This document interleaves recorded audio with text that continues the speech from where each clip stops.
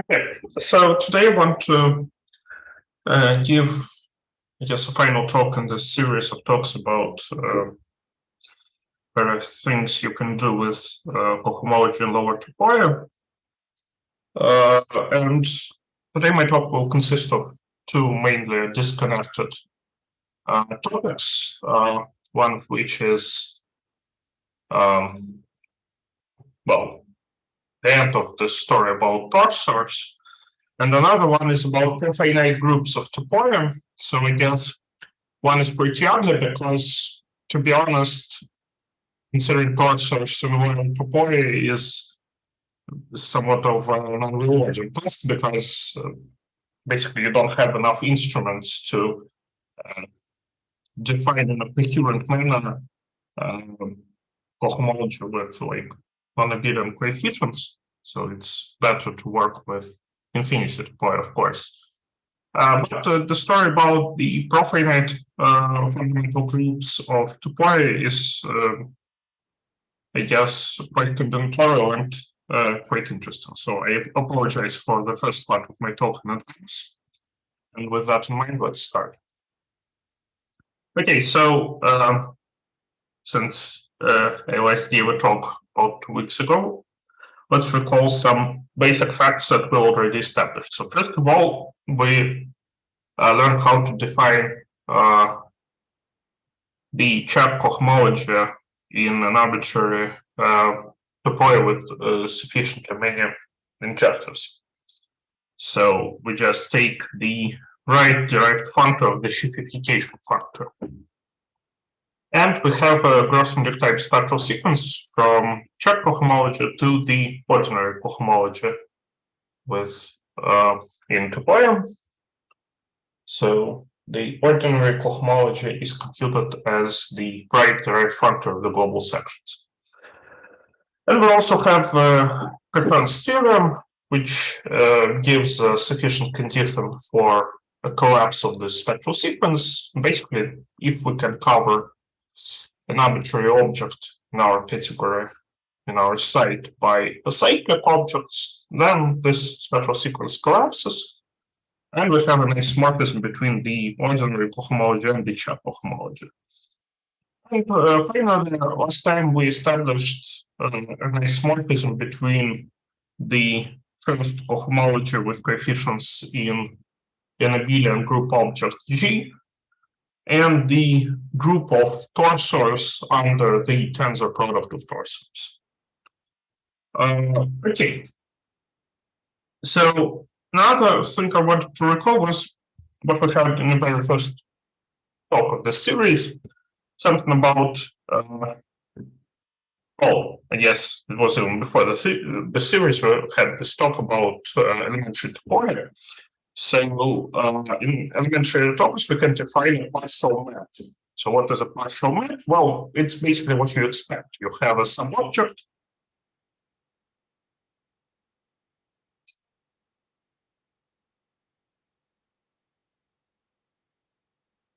And on this sub-object, you have a bona fide map. And we say that partial maps with a fixed domain are representable if for any partial map from X to Y, there exists a pullback square like this. So we actually have some object Y tilde, so that this sub-object X prime, which is the real, I'm sorry, that should called codomain. So the real domain of this partial map is obtained as a pullback along this map F2. So as we saw in this elementary topoi talk, in an elementary topos, actually all maps are representable. So that's called Levier's-Tierney theorem. If we have an elementary topos, then for any object Y, there exists an object Y tilde, which represents partial maps into Y. Okay. So now with that in mind, we can define the concept of a bounded morphism in a topos. So not in topos, I'm sorry, a bounded geometric morphism. So, or if you want to be fancy, you can consider a higher topos and say that this is a morphism in a higher topos of topoi. So assume that we have a geometric morphism, then the following conditions are equivalent for some object G in E. First of all, for any object in F, we have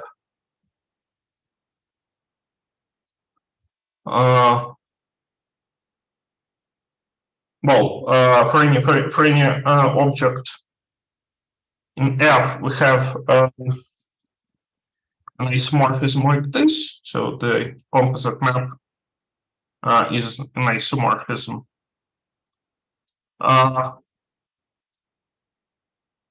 Another condition is that for any object in F, there exists an object in E and in epimorphism like this. And finally, for any object in F, there exists an object in E and a monomorphism like this, and an epimorphism like this. So if a morphism satisfies any of these equivalent conditions, we say that it is a bounded morphism.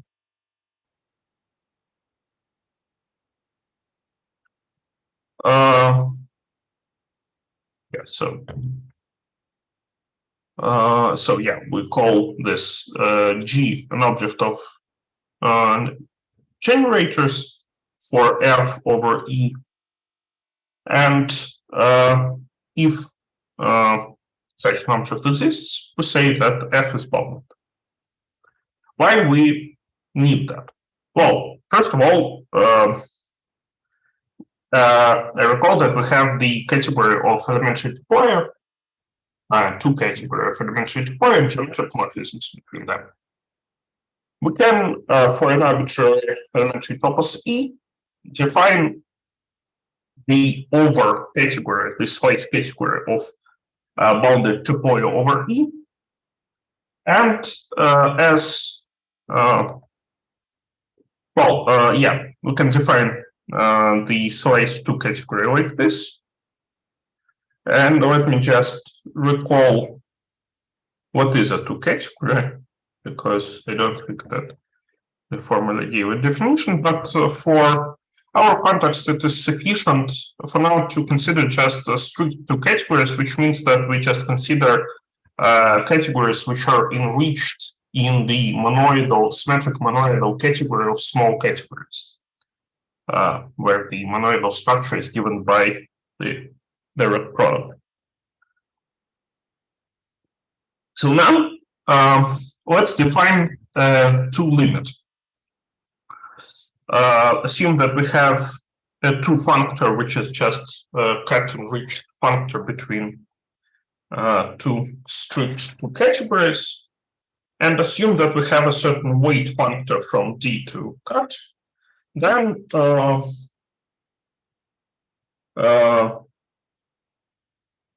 weighted limit, which corresponds to F and the weight J, is just the representing object for the functor for the functor like this.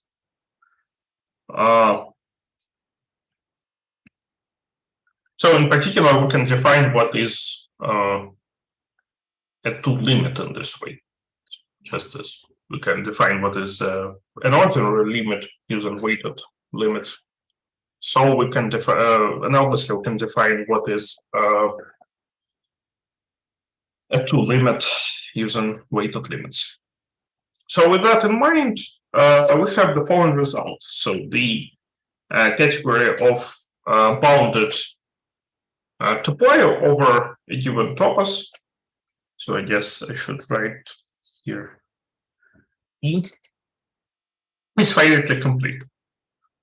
So assume that we have a diagram like this where G is bounded. Then the fiber product, which is defined as this kind of weight limit, is bounded over F. Which means that, yeah. So I guess, yeah. Okay. So I guess what that means is that if we want to consider another category over a fixed topos consisting of bounded topoi, then this category is finitely complete. Why do we even care about this category? Well, we have the following result. So consider an abelian group object in E. Then the topos of internal functors between the one object internal category corresponding to this group object into E classifies the first cohomology with coefficients in G. So this first cohomology functor is defined actually precisely on the slice category of bounded topoi over E. So we have an isomorphism like this. Obviously, we have the forgetful functor from EG to E, and thus we see that this is a bounded topos over E, which means that this definition makes sense. And the abelian group structure on this set of two functors is defined. I'm sorry, on this just it's a set of geometric morphisms over E, is defined using the abelian group structure on G. So this translates to a group structure on this, and we have the group structure on this form set. Okay. So now I want to talk about the way to define the first, to present the first cohomology with non-abelian coefficients. So we want a construction which is analogous to this torsor representation, but for non-abelian coefficients. And in this case, we will get some kind of construction, but unfortunately, it will be just a set theoretical isomorphism. So we'll present our first cohomology with non-abelian coefficients by just a set of torsors. So we won't have any group structure on them, which is, I guess, a manifestation of the fact that lower topoi don't really work. So let's try to explain how at least we can build up this set theoretic description. So first of all, assume that we have an object which for which the canonical mapping to the terminal object is an epimorphism. We say that such an object has global support.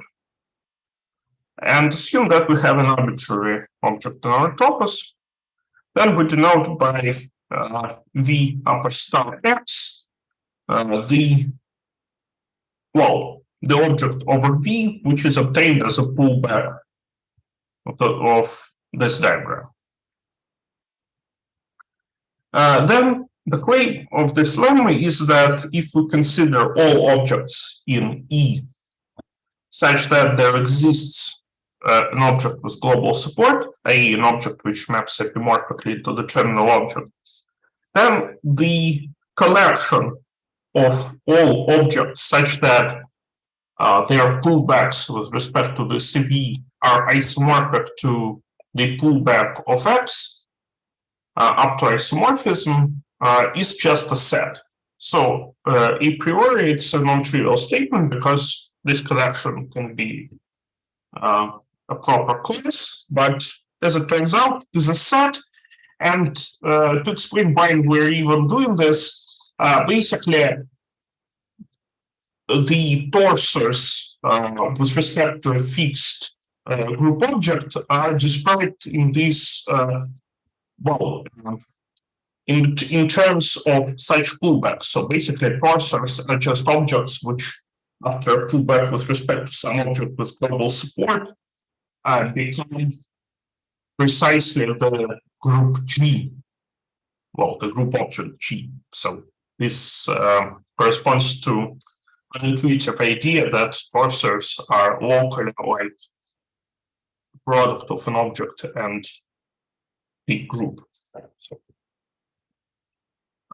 torsors should be analogous to principal bundles, and in topos theoretic terms, this is formalized using this notion of pullback with respect to objects with global support. Okay, so let's prove this result.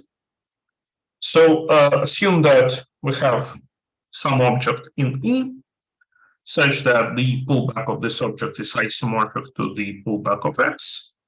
Then we can consider a fork like this. And since V had global support, this is actually not just a fork, but a coequalizer. And similarly, if we apply the isomorphism alpha, we see that we get another coequalizer, now of this form, where beta is the composite map, the composite isomorphism here.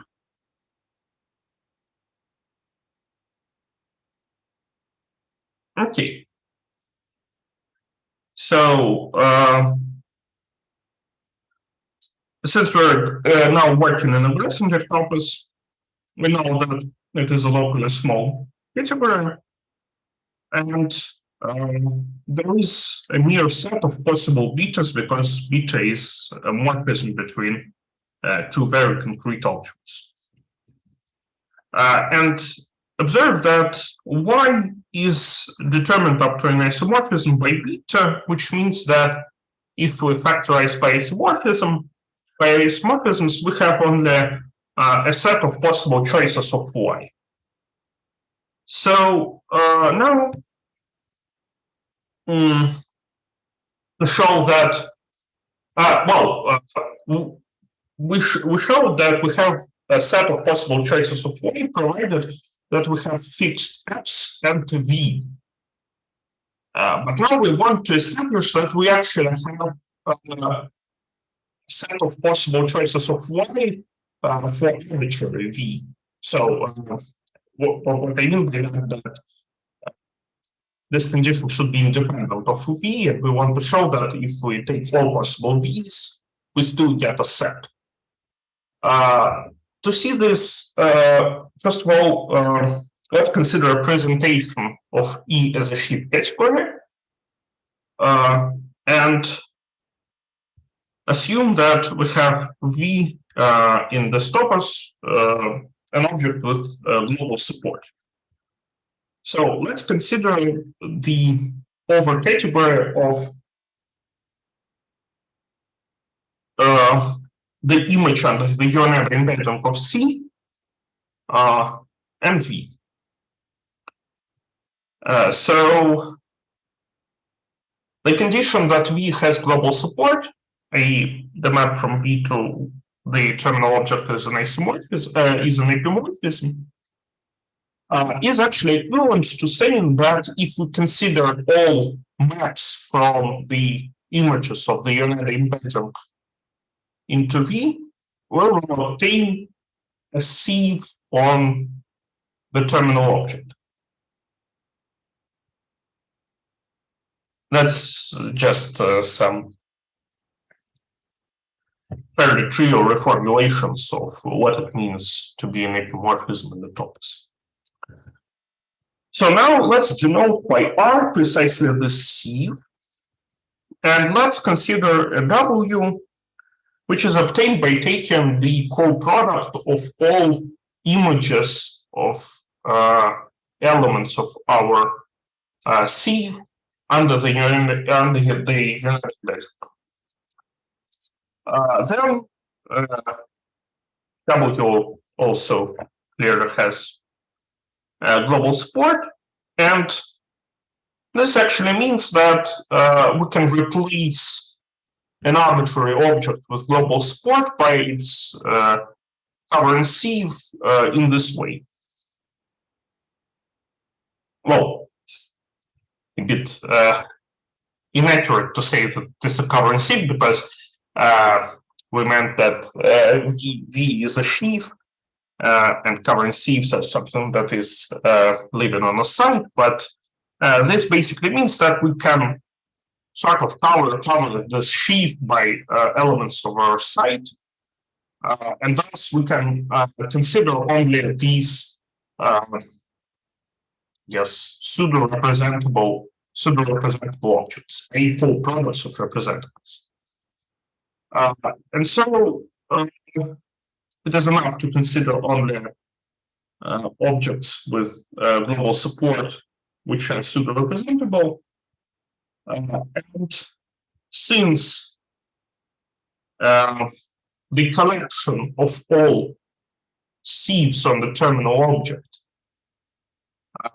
is a set, because the site is small, this means that we actually have only a set of all possible V's, which means that, well, at least all V's up to isomorphism, which means that we actually have a set of Y's such that they are pulled back with respect to a certain object with global support is isomorphic to the pullback with respect to the same object of the fixed object X. So I guess that somewhat proves this result. Now let's apply it to torsors.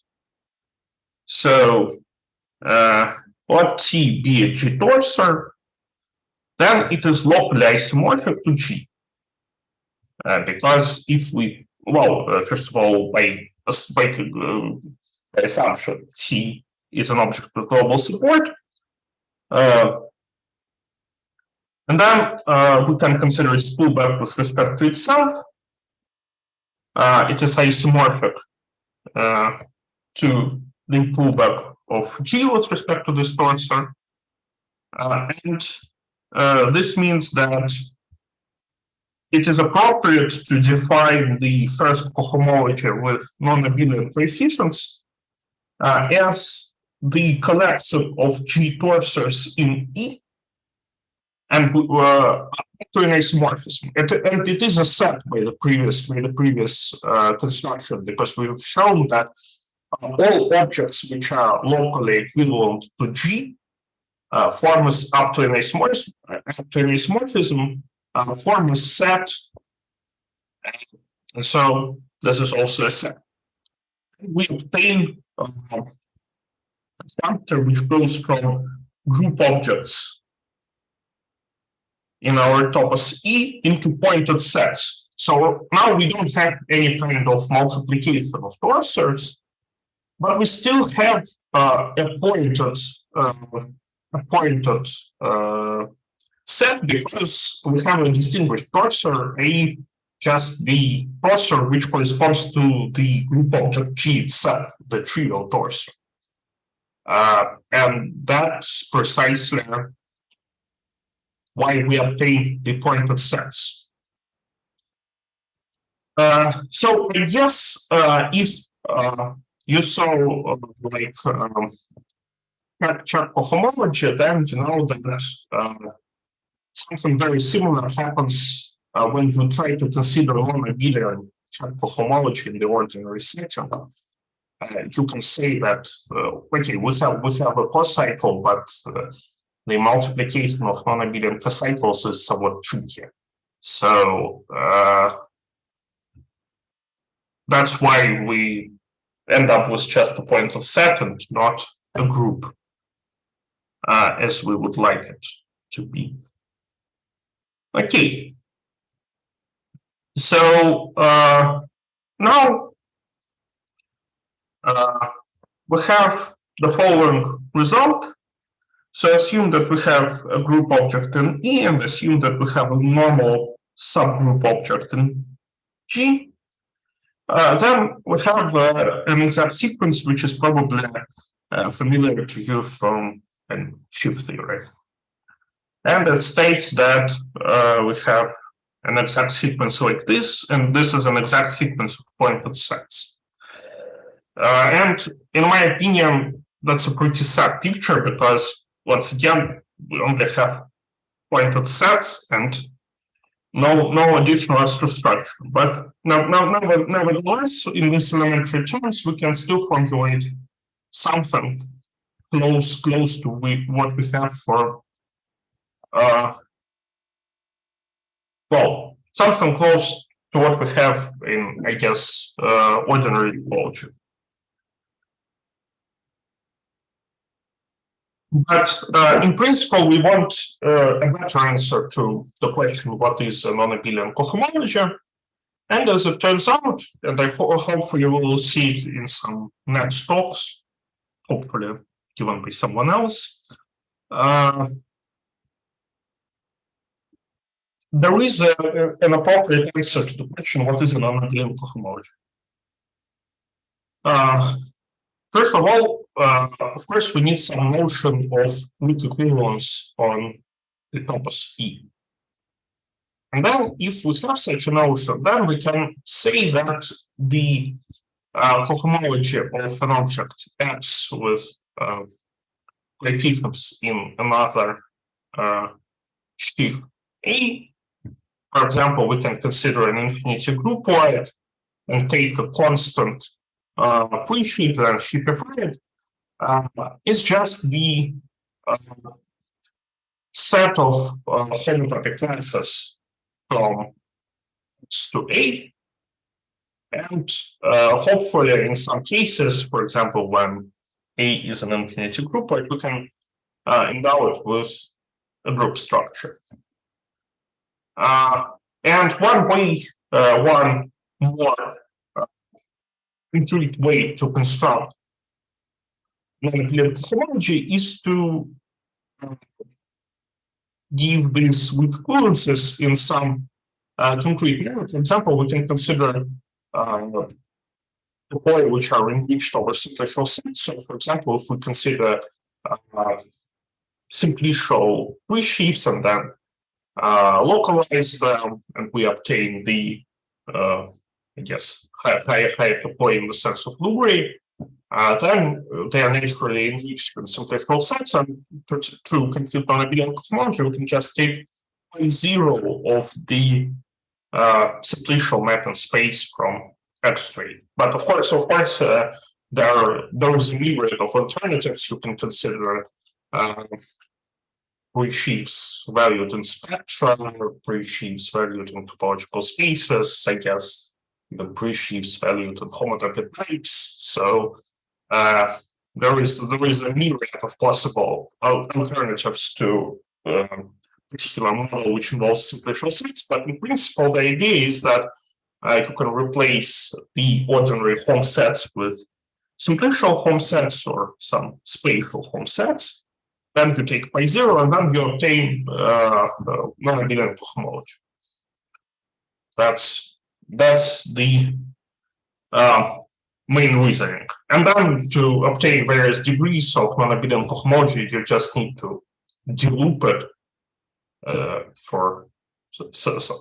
so you need to apply delooping functor several times, and if it's possible, you obtain like first cohomology, second cohomology, etc. And of course, it is not always possible to deloop something. For example, you can't really deloop something sufficiently non-abelian, but still it provides a uniform manner of dealing with this. Okay.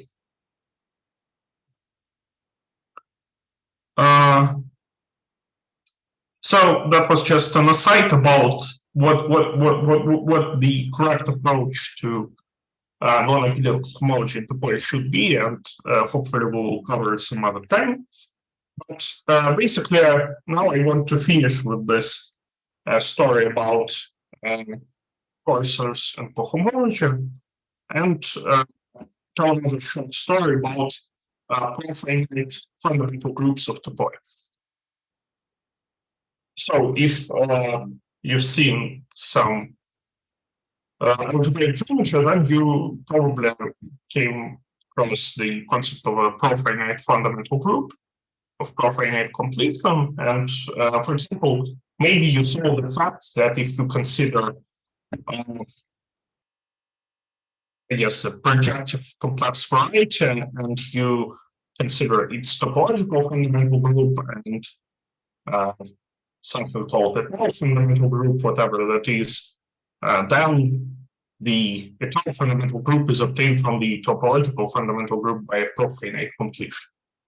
So we will give a topos theoretic perspective on this story.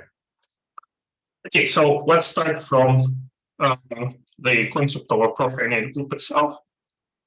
So assume that we just have a group, the regular group in sets, not a group object in some topos, although I think that it's quite straightforward to give at least the first and the second conditions for an arbitrary topos, but we will not do that.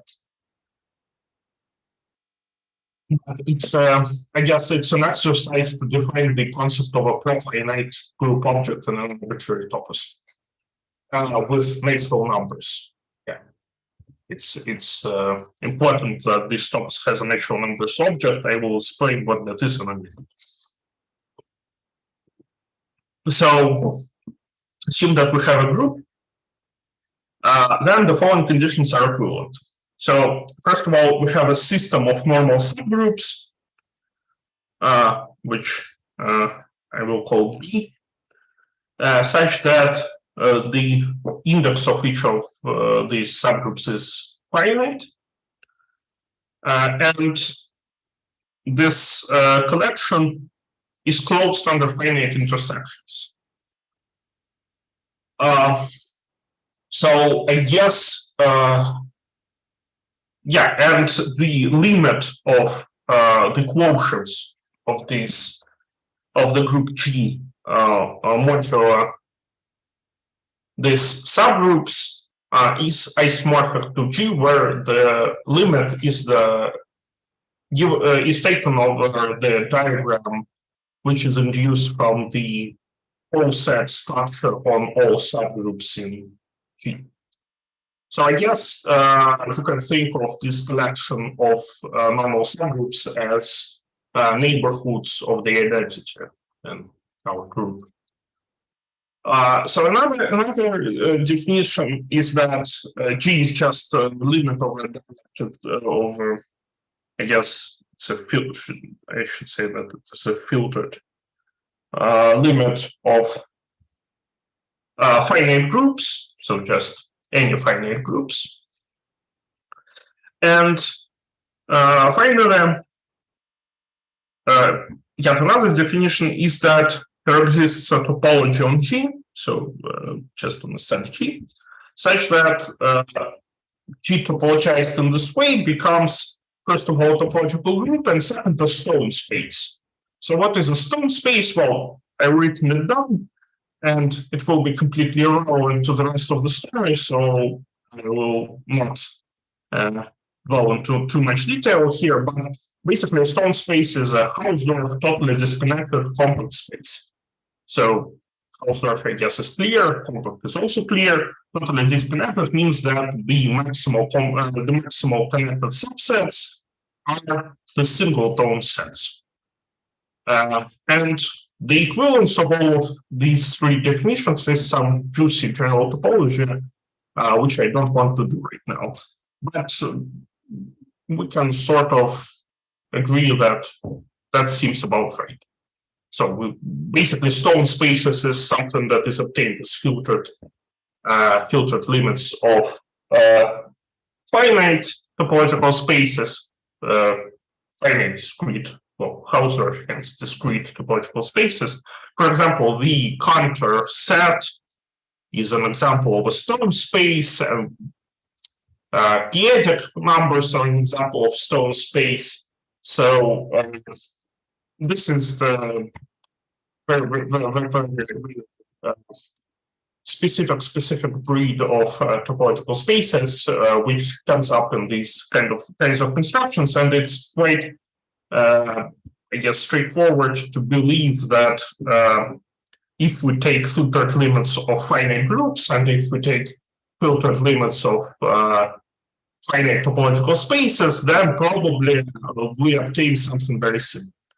And here it's also clear that here we take a filtered limit of finite groups. So I guess some directions of the proof are trivial and some are believable, and we will leave it at that. Okay.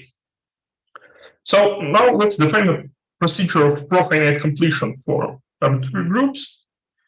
Once again, I encourage everyone who is interested in doing some exercise on topos theory to make the same definition for an arbitrary elementary topos. That does not seem to be really hard, and I guess it will be a nice exercise to do. So assume that we have a group in sets once again.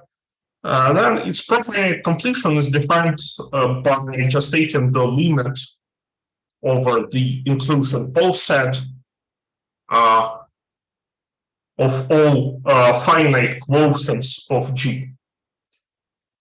So an example of such a procedure that we can consider is the profinite completion of the integers. Here we take the limit over all finite cyclic groups, which are naturally put into filtered system, and it is isomorphic to the product of all p-adic integers. So it is quite straightforward to see that the product of profinite groups is also a profinite group. And here we just take an infinite collection of profinite groups, which are p-adic integers, and we take their direct product and we obtain the profinite completion of the regular integers. An important remark that we have to make is that the canonical map from G to G hat, which comes from this limit construction, is not necessarily an isomorphism, even if G was profinite. So we can take a profinite completion of a profinite group and obtain something else. But if G is a profinite group which is already of the form H hat, then its profinite completion once again yields just G. So the double profinite completion coincides with single profinite completion. Okay. So now we will need this for later. Let's introduce a natural numbers object in a topos, in an elementary topos. So assume that we have an elementary topos, then a natural numbers object in E is an object N such that we have a morphism 0 from 1 to n, and anamorphism S from n to n. So basically, this is the distinguished element, which is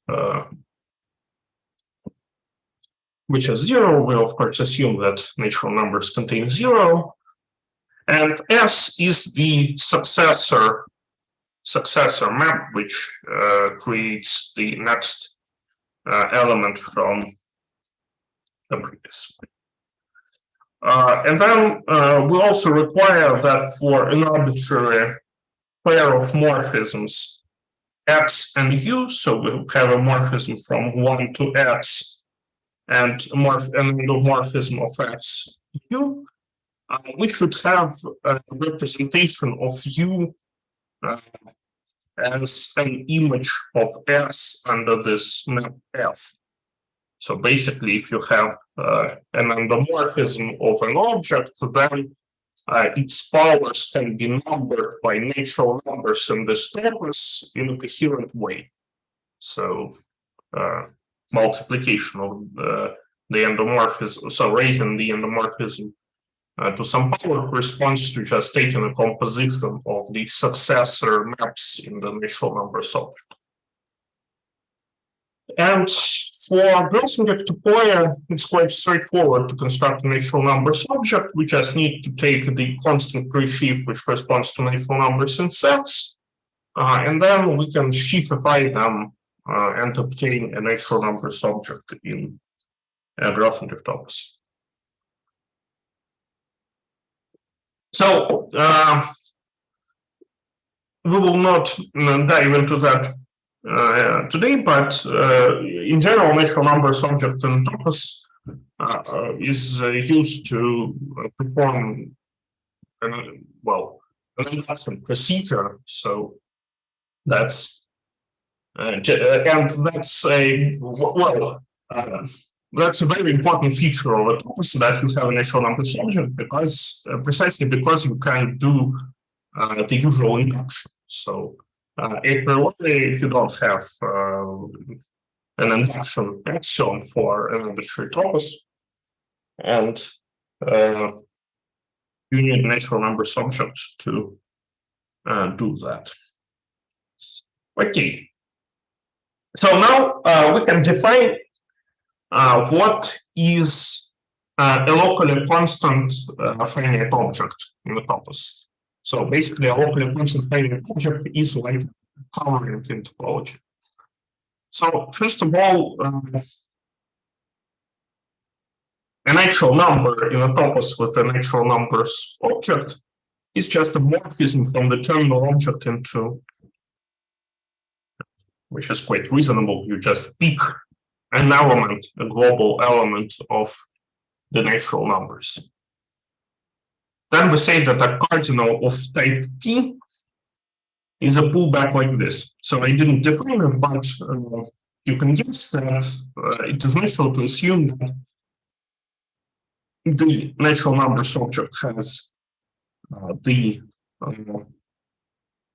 plus morphism, which goes from the square of the natural numbers object into itself, and it can be defined using the successor and some kind of recursive procedure, but I don't want to do that right now. But I guess you can at least believe that there is a way to define a plus if you have the successor endomorphism. So we consider the composite map at the bottom like this. So we take the plus and then the successor, and we consider the natural number P. And then when we pull back this number along this map, we obtain the object which is called a cardinal of type P. Once again, it is an exercise to verify that in sets we indeed obtain precisely a P element set. Okay. Even better, of course, a P element order set. Okay, so why do we need this notion of a cardinal in a topos? Well, precisely because we want to measure the finiteness of the fiber of a certain object. So assume that we have an object X. We say that it is a locally constant finite object in the topos if there exists an object with global support V, an object which epimorphically maps into one, such that when we pull that X along this object, we obtain precisely something that is isomorphic to this cardinal for a natural number of this slice topos. So to put it in simpler terms, it basically means that you have an open neighborhood over which you have a disjoint union of two copies of V. So that's the idea, because actually what is a one in a slice topos? Well, that corresponds to the object V. And so saying that the pullback is isomorphic to the cardinal object just means that you have p copies of V as a pullback of this object X to V. So that basically just means that your object X is a covering. So that's the idea. It's a covering of the terminal object, if you want. And so it's natural to assume that the fundamental group somehow classifies such covering spaces. Okay. So now let me briefly describe, before we dive into some details, let me briefly describe the plan of this correspondence between locally constant finite objects and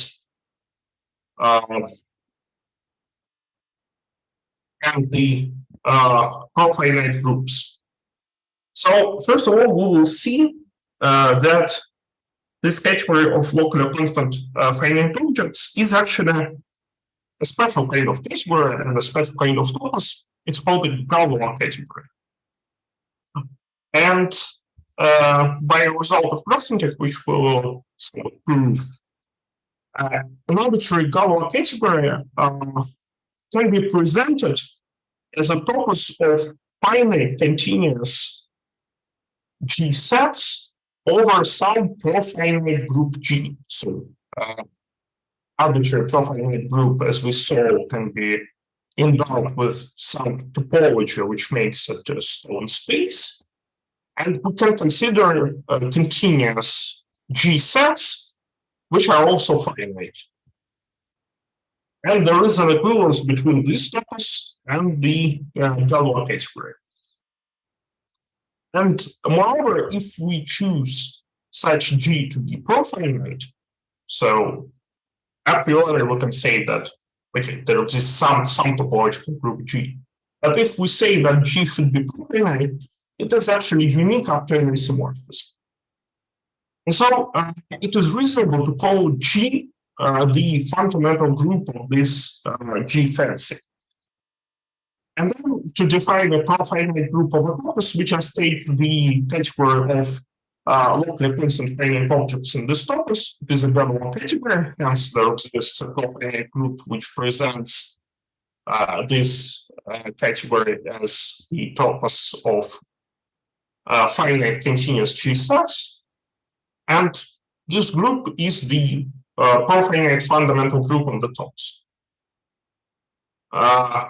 So that's the plan.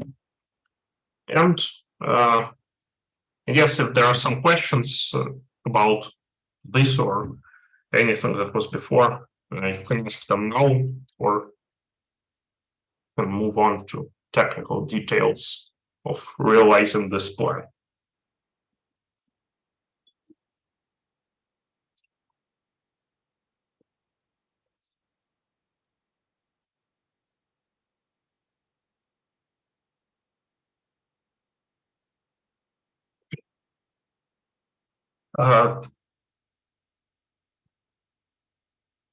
So what are the law categories?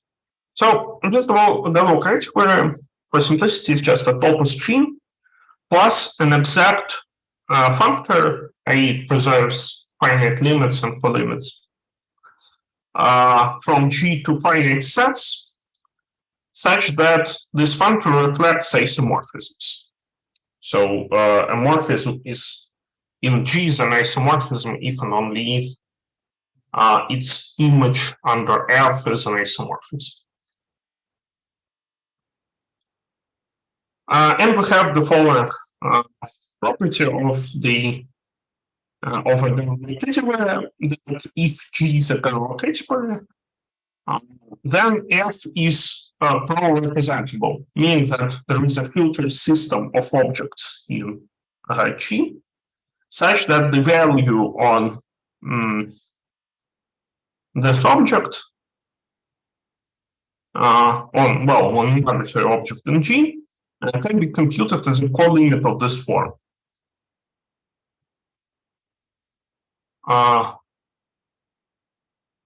That's an important property of a general category, and we will prove it in a moment.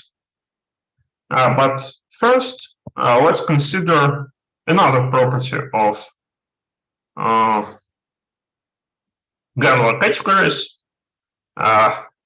called Schur's property.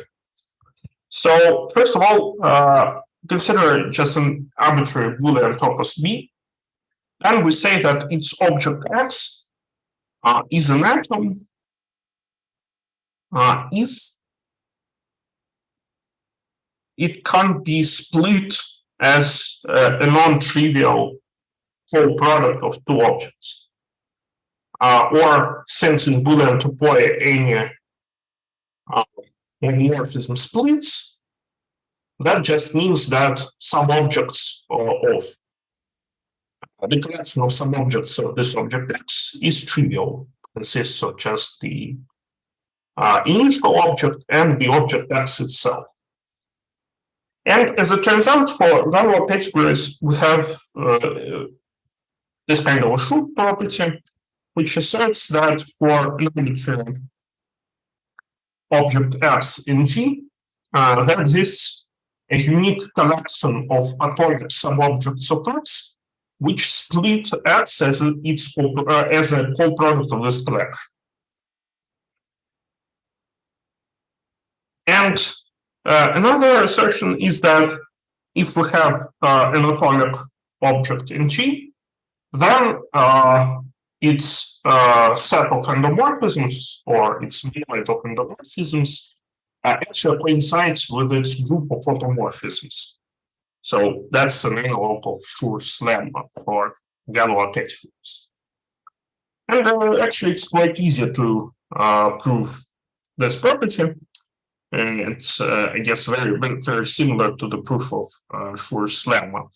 So, first of all, if the object X is trivial, then it is already split as a disjoint union of atomic objects, because the initial object is obviously atomic. And this means that we can assume that X is not the initial object. Then F of X is also not an initial object, because F preserves the initial object, since it is an exact functor. And also it reflects isomorphisms. So if X is not isomorphic to the initial object, then F of X is not isomorphic to the initial object. Okay, so assume that X is not atomic. Then it admits a splitting like this. Since F is exact, this splitting transfers into sets. So we have a splitting of F of X. But since F of X is actually finite, we can do this splitting only finite and many times. Because at some point we will obtain, at some point we should stop. We can go further than singleton sets. The cardinality of F of X is finite.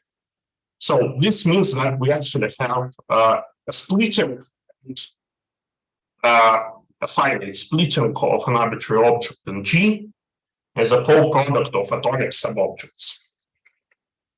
And to prove that all endomorphisms of an atomic subobjects are automorphisms, we just use the Schur's argument or Schur's observation, because if we have an endomorphism, we can apply to it the functor f, and then we immediately see that okay, its image should coincide with the whole f of x, and its kernel also should so either so its image should coincide with the whole f of x, and it should be injective, so it's an automorphism. And that follows just from considerations with sets, because if we have something which is an isomorphism in sets, this immediately implies that it was an isomorphism in the category G. So this proves this Schur's lemma of the categories. And now we can see how to construct a pro-represented system for a functor f. So let's consider the category of elements for the functor f, which is restricted to the subcategory of atomic objects. Previous result, any morphism between atomic objects should be any morphism between atomic objects should be an ecomorphism precisely by the similar argument that we can have non-trivial subobjects. So the image should coincide with the whole object. And this actually means that this category of elements, which consists of pairs A large, A small, where A small belongs to f of A, so the standard construction of the category of elements, is a pole set. So it's a filtered system. And now it remains to note that by this Schur's property, i.e. that we can split an arbitrary object as a whole product of atomic objects, this actually means that the functor becomes pro-represented. I mean, it's not a completely rigorous proof, but it gives some idea.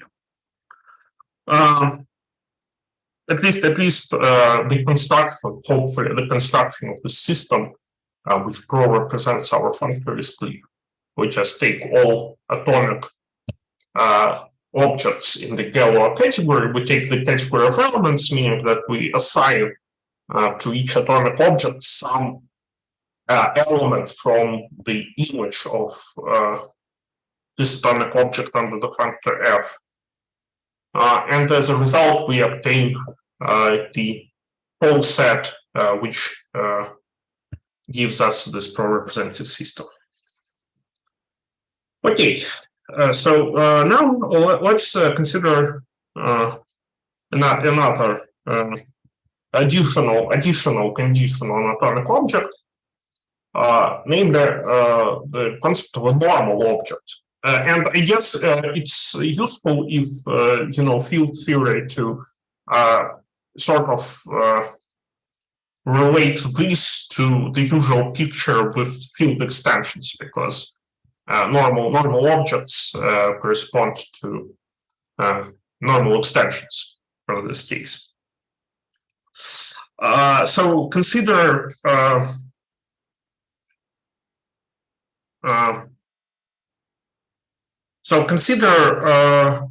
morphism from. So consider, first of all, an element of this pro-represented system, i.e. an atomic object, and an element in its image under F. Then we have a natural map, which goes from automorphisms of A, which is just the endomorphisms of A, by Schur's lemma into the image of A under F, and it's a monomorphism because any well, basically because the object is atomic, and since F reflects isomorphisms, it means that any endomorphism of A or any automorphism of A is uniquely determined by its set theoretic image. So it follows from and also from the fact that all morphisms in this pro-representing system are epimorphisms. So when you consider this co-limit of forms, you obtain an endomorphism. You obtain a monomorphism from Hom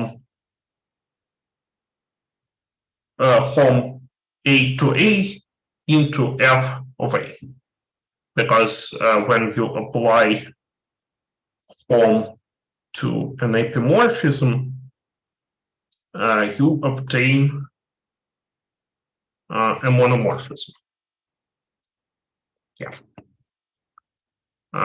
Yes, this works. So I don't know, maybe it's incomprehensive. Let me write this down in a bit more detail. A moment, the page here.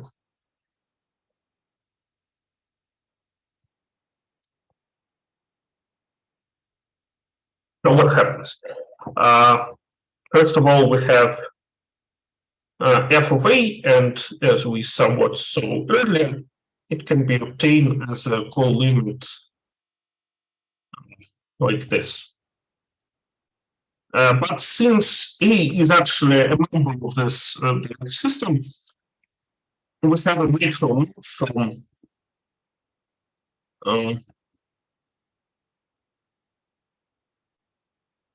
endomorphisms of A into F of A, and since all AIs map epimorphically into A, and we apply the Hom factor to these epimorphisms, we actually get a monomorphism, because basically if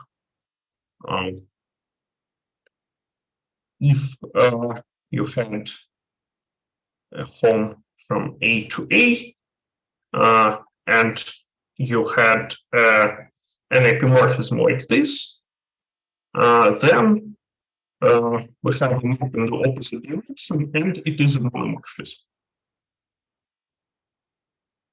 And since the co-limit preserves monomorphisms,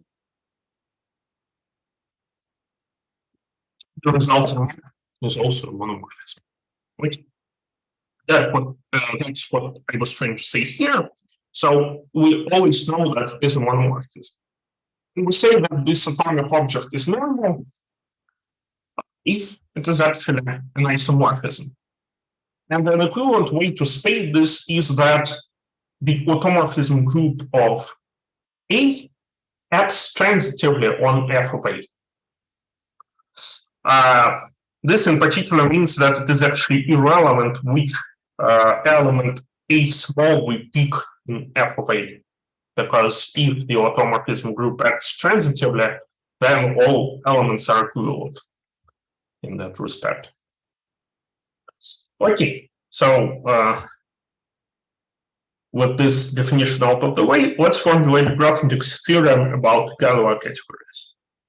So assume that we have an object X and G. Then that's just a technical lemma. Then there exists a normal N such that the Hom set from N to X and G is isomorphic to F of X. I guess it's, well, yeah, let's just leave it as some black box lemma. Now, Grothendieck's theorem states the following. So assume that we have a small category and assume that we have a functor into finite sets. Then the two conditions are equivalent. First of all, that this pair is actually a Galois category. And second, that there exists a topological group such that G is equivalent to the topos of finite continuous sets over G. And additionally, if G is profinite, then it's determined up to an isomorphism by this second condition. And that is why it's reasonable to call such G the profinite group of this Galois category, the profinite fundamental group of this Galois category. So let me just briefly sketch the proof. So the direction from second to first condition is clear because this is clearly a Boolean topos, and the forgetful functor is exact and isomorphism reflective. Two G sets are equivalent only if they are at least equivalent as ordinary sets.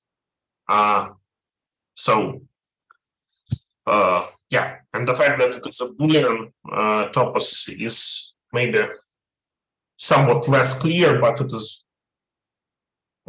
it is also clear because basically they are still just sets, and you can split sub-objects from so subsets from larger sets, just as you did in sets, but here in G sets. So one direction is clear, and the other direction requires the following construction and some work, which I will not do. So first, we restrict our construction of this pro-representing system to a sub-category consisting of only normal objects. That's denoted by this humongous M. Then any morphism between these normal objects induces a group homomorphism. So that's a statement. It's very well, it's quite straightforward to prove, but let's just believe in this. So if we have a morphism between normal objects, then we have a homomorphism of automorphism groups. Then we just take the following profinite group. We just take the limit over all automorphism groups of normal objects. And we obtain a certain profinite group, which, we obtain a certain topological group for certain, I'm sorry, because, yeah, it is naturally topologized with the topology of the limit. If we endow each of these automorphism groups with discrete topology. And then it is not very difficult to prove that the resulting category of finite continuous sets is precisely equivalent to the category G curly. So that's just construction, and let's leave the proof at that. I'm already close to my desired time limit. So another proposition which I will leave unproven, but it's also not that hard to prove, is that actually the Galois structure is unique, although non-canonical. So assume that we have a topos G and two functors F and F prime, such that for both cases, this is a Galois category. Then F is actually isomorphic to F prime, although non-canonical. So this precisely corresponds to the fact that the fundamental group of a topological space is actually defined non-canonically, but only up to an isomorphism. And then, in view of this proposition and of the previous result of the uniqueness of a profinite representative of of the fundamental group of the algebra, we can say that E1 is unique up to an isomorphism, and we can define the profinite fundamental group like this. So now we can say what is a profinite fundamental group of a Messenger topos, and it is just the profinite fundamental group of the Galois algebra which corresponds to locally constant finite objects. And the unique at some point the upper star. So if you consider connected topoi, meaning that it has trivial zero cohomology valued in the trivial group object, then it's defined uniquely up to an isomorphism. And if it's non-connected, then fundamental groups, profinite fundamental groups can be defined from each connected component. So you have points in various connected components, and for each of these points, you can define its own fundamental group. Okay. So in conclusion, let's consider 3 examples. So first of all, if we take just the topos on a topological space or on a locale, then the profinite fundamental group becomes just the profinite completion of the algebra of the topological fundamental group. It's quite straightforward to show this. Especially in view of the description of the fundamental group as something which classifies connected coverings over a given topological space. Another example is G sets for a discrete group. So then the locally constant finite sets or finite G sets are just finite G sets, and the fundamental group of this profinite fundamental group of this topos is just the profinite completion of G. And finally, if we consider a compact topological group and the topos of its continuous set representations, the locally constant finite continuous sets over G are precisely continuous finite sets over G, and it is not that hard to see that actually this corresponds precisely to finite continuous sets over the group of components of this compact topological group. Since this group is finite, the profinite fundamental group just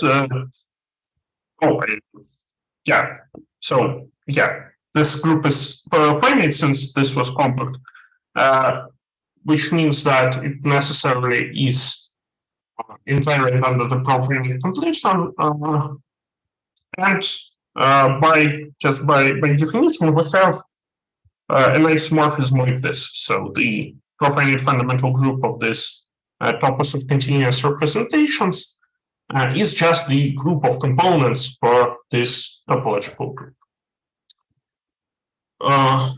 Okay. I guess that's it. Are there any questions, comments, or suggestions?